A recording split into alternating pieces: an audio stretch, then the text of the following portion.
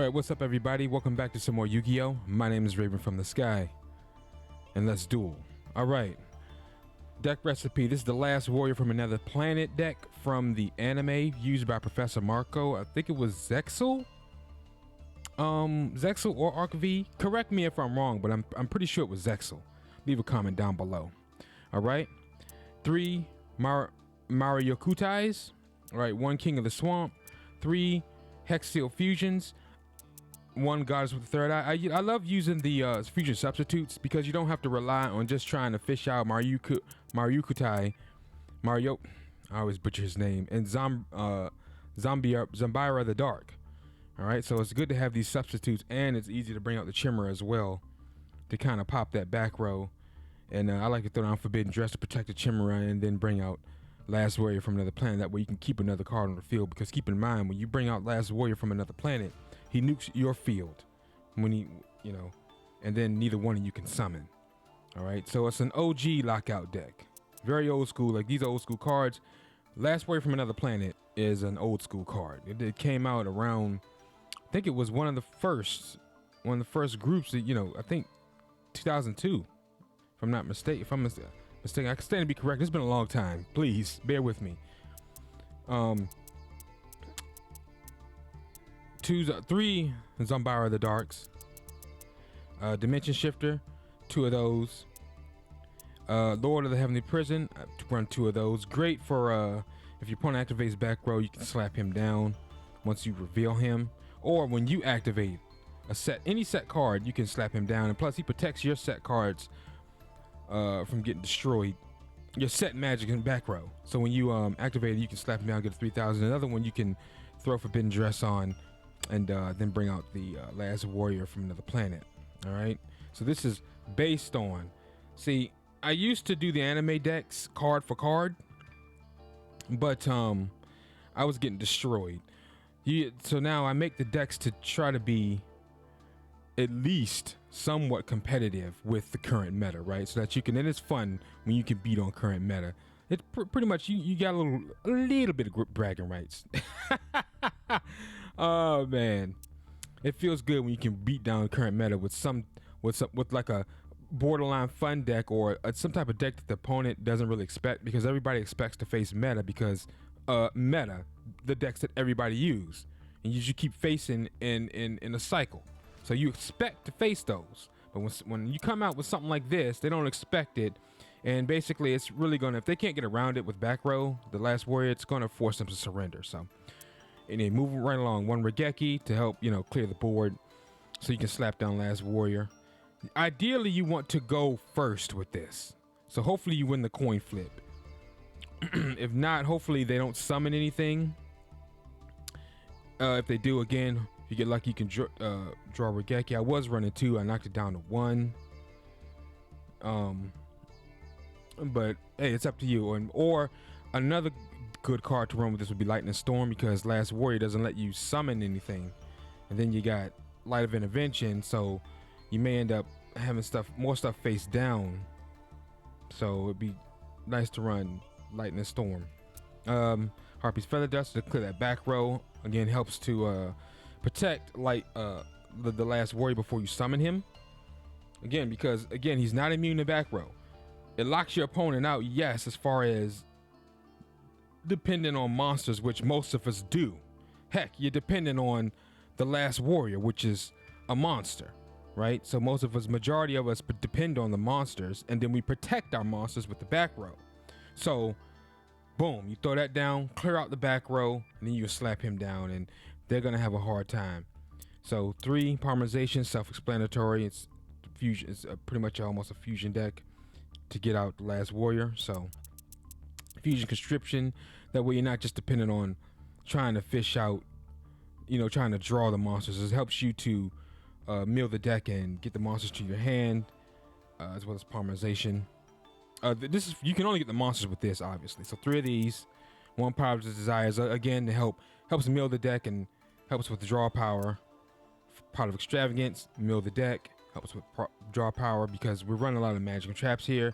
There is a moderate chance you may brick out with magic and traps, but again, with these, see, if you draw these, If you're gonna draw magic and traps the first turn, a brick, mainly you're gonna draw these. Fusion Constriction, Fusion Deployment, you can get the fusion materials to your hand. And 3 of these, of course, Fusion Deployment, 3 Fusion Deployments, and 3 Fusion Recycling Plants. You slap this down, hopefully you don't get Ash Blossomed. You know, as per usual, everyone seems to magically draw that first turn. Me personally, I think they need to constrict that to 1. I felt like it was at 1 once before, a while ago. I don't know. I stand to be corrected, but I think they need to drop that back down to 1. I understand why people are running 3, because the way the meta is and the way the game is now, you almost have to, and like a good, most of your decks run 3 of those. Negate, negate, negate. Guess we're in the negating era. Fusion Recycling Plan helps you to get Parmerization when you don't have it. Basically, if you have this in your hand and you already have the fusion materials, you can discard 1 if you have 2 or whatever. Discard a card, and then it lets you add Parmerization. Hopefully you don't get Ash Blossomed. And then you can slap down Last Word from Another Planet. It all is based around getting him to the field, all right? 3 Forbidden Dresses. All right, now this can go both ways. You can use this to decrease the opponent's monster if they have a beater on the field and you got out Last Warrior, but you don't have like Regeki or anything. Like Dark Magician. Dark Magician can get over him. So, for an example, Forbidden Dress, Dark Magician, boom, you can take out Dark Magician. So, you know, things like that. Or you can slap Forbidden Dress, as I was talking about earlier, on either Lord of the Heavenly Prison. He's going to go down to 26, but it's just for that 1 turn. Then he'll be back up to 3,000 by your opponent's turn. When you slap down Last Warrior from Another Planet, again, you see how he nukes your field. All right? It's just going to allow you to keep Heavenly Prison, because Forbidden Dress keeps him from getting destroyed. So you're going to have a 2300, 2350, and a 3000 out. Or same with the Shimmer. You're going to have, that's even better, a 3300 and a 2350. All right? So this is crucial. If you want to only run 2, because sometimes I get sick of drawing this when I'm looking for like Regeki or something else. You know, probability is not always on your side, and you can draw things at the wrong time. It happens no matter what deck you play, and it happens to all of us. No matter how good you are, or how good you think you are. All right. Called by the Grave, 1. All right, 2, Ultimate Providence. Again, this helps to protect the Last Warrior because he is not immune to back row. I cannot stress that enough. All right, so you want to have things to protect him. All right, but again, you don't want to fill the deck up too much with too many filler stun cards to try to protect him, because that's going to lower the probability of you getting the cards you need to get him out on the field, because you want to get him out on the field quicker than you think. Especially with current meta. Like I said before, ideally you want to go first. So you may even wind up surrendering if you hey, no judgment here anymore. No judgment. I've learned a lot playing online now. I no longer, I don't have any gripes with people quitting out. You know, I guess with honorable quitting, like surrendering, I can respect that. Like if you don't get the cards you need with this deck first turn, as I was just talking about, I can understand you surrendering. There's nothing wrong with that, because it's like you need him to lock the field up. This deck isn't really built to go the long haul, going tit for tat, back and forth, back and forth. It's built for you to get out Last Warrior as quick as possible, like Exodia. Exodia isn't built for going long term, tit for tat. It's built for you to get the pieces as quick as possible. If you don't do that in record time, i.e. meaning as quick as you can, then you're gonna lose. So I understand and people just, quit out, move on next. All right, dust yourself off and try again. 3 Light of Intervention. All right, run 3 of these. 2 is a must. Now, if you want to knock it down to 1 and take your chances on trying to draw it, but go right ahead. But I recommend running 3. He goes with the Last Warrior of Another Planet. They won't be able to summon at all. See, at least with Last Warrior of Another Planet by himself, they can still set monsters to protect themselves. They won't even be able to protect themselves with this. All right, while it's on the field, cards cannot be set or flipped face down. If a monster card would be set, it must be normal summon face up in defense position. Special summon. Oh, it must be normal summon. It can't even special summon. See? So they wouldn't be able to summon. Right? So That's what I was talking about earlier, where it's gonna force your opponent to surrender. All right. Last Warrior from Another Planet, the absolute bread and butter and the star of the deck.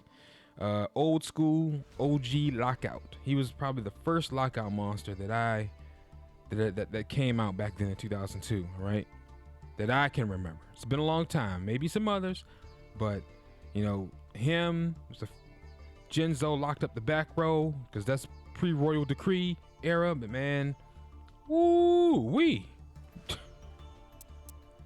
And he was more devastating back then. Matter of fact, I think it was ultra rare when he first dropped. He's probably common now. Cards got reprinted. So much stuff out now that can get over him and get around him.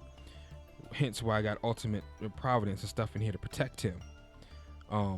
He's probably down to common. Back then he was ultra, and back then when Ultimate Providence wasn't there was Harpies. We had Regeki and Bottomless Trap Hole, regular Trap Hole. I think Acid Trap Hole, but I think you got that out that McDonald's pack or something. Some Acid Trap Hole didn't come out in the normal packs, but that's about it that I can remember. Your resources was extremely limited back then. But we had Pot of Greed, which is now banned, and wasn't no extravagance, none of this stuff, fancy stuff now that can get around him. All right, wasn't no Bond Deflower, stupid Baron Deflower card back then. So he was very, very, very good back then. Again, but hard to come out. It was hard to bring him out. You had to rely on Polymerization and Fusion Gate back in the day. I don't think Future Fusion was out in 2003. I can't remember when Cyberstein dropped. I don't know. I think that's 2004. I can't remember. Before he got banned. I can't remember when Cyberstein came out. But yeah. And I can't remember when King of the Swamp dropped either. She's old school. These two, she's old school. You had her back then, but 2 Guardian Chimeras. It's good for clearing out the opponent's field. If you gotta have the fusion materials on the field. Sometimes I can almost forget that, where one has to be on the field and 2 in your hand for you to summon them. I don't know why they did it that way. But it's just what it is. But he's good for clearing out your opponent's back row and front row, and then again making way for the Last Warrior from Another Planet. Slap down Forbidden Dress on him. You can keep him out, and Last Warrior, and really just destroy your opponent. That's what 5,600, because they're gonna be wide open. Then if you have this on the field again, they're probably gonna wind up surrendering because that's like 5,600. They'll be dead in 2 turns. Castel, the Sunblast. The rest of these are just targets for like Extravagance and Desires. Oh no, I'm sorry. It's for Extravagance. Desires is banished from the main deck. Part of Extravagance, they're just targets. I never really bring any of these out. It's mainly just getting out Last Warrior from Another Planet and locking up the field. So Musketeer, 2 Tornado Dragons, 2 Tapirs, all right, 2 Vespinados, 1 Sky Thunder, 1 Nightmare Phoenix, 1 Nightmare Unicorn. Let's duel. Right, here we go. And we're going first. All right, we're gonna lock the field up already. So what I'm gonna do, a set Light of Intervention. Now, there's a chance. Now this is how we're gonna get Polymerization with Fusion Recycling plans, but and I will discard Fusion Conscription. Now, if he has Ash Blossom, that's going to mess us up, because I don't have any other way right now to get Polymerization unless I draw it next turn. So we're going to have to risk it for the biscuit here. Now, I could play Fusion Conscription, and this make it Ash Blossom and keep Recycling Plant, but I done already put Light of Intervention down on the field. I didn't think about that. I should have kept it in my hand. That way, like basically we're baiting Ash Blossom. Almost that's what you have to do nowadays. So if I would have kept this in my hand, I could bait Ash Blossom with this. He'll waste it. So I'm thinking he's messing up my strategy when I already have 2 fusion materials in my hand. And then play Fusion Recycling Plant, discard this to get Polymerization. Boom, slap down Last Warrior and lock up the field. So now we have to risk it. Let's see. Oh, it didn't turn red, so I don't think he has it. All right, let's activate. Oh. All right. Lucky us, right?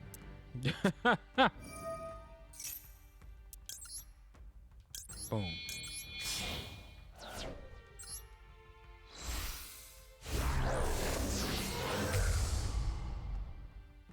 This is what you want to do, ideally. You want to go first.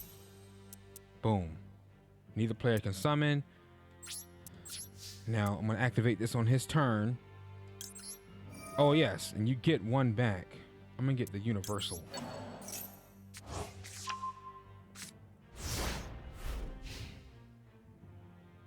See, in real life, I would have activated or standby phase. I would have activated. Why won't it let me? Main phase 1. See what I'm talking about? That's stupid. It's going to give him. He's going to be able to set. He should. I know it's back row, but he's going to be able to set a monster. I've set this start of my main phase. That's a whole turn, so I should be able to activate it main phase 1, right? The start of main phase 1. I don't know. Let me know in the comment section below. That's kind of confusing me. I should be able to activate it now. See, now he's thinking about it.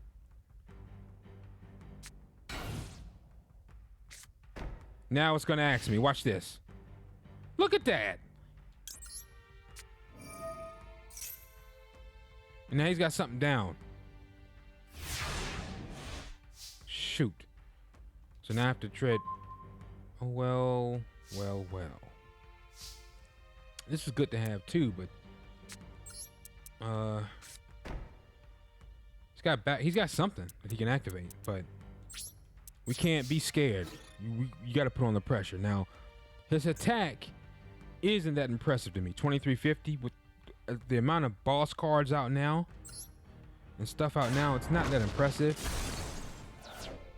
But again, his effect stops him from and now Light of Intervention, it usually drives your opponent to surrender, but you know, most duelists may wait it out because they know they have something. Like Impermanence will negate him, and then they'll be able to summon and get him off the field with a boss card, right? Special summon or whatever. So they'll hold out because they know they got a card that can get around him. But then the other half of the duelists are just surrendering because they don't want to deal with the BS. Like, screw this. Who runs this? Who runs Last Warrior from Another Planet? That's the beauty of this deck. The unique. The unique. This is like what they don't expect this. Like Raven, why would you? They're probably thinking, Raven, why does he run this stupid deck against me? Who runs Last Warrior from Another Planet? That's what your opponent's gonna be thinking. Who in the fudge runs this? Nobody. That's who. Oh shoot.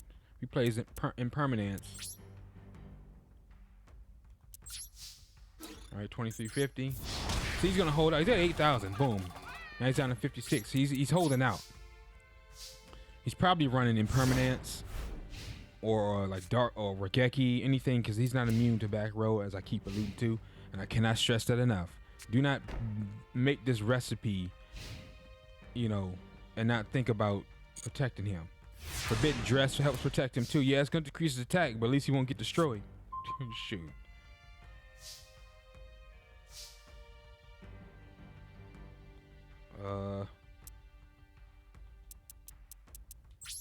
Battle.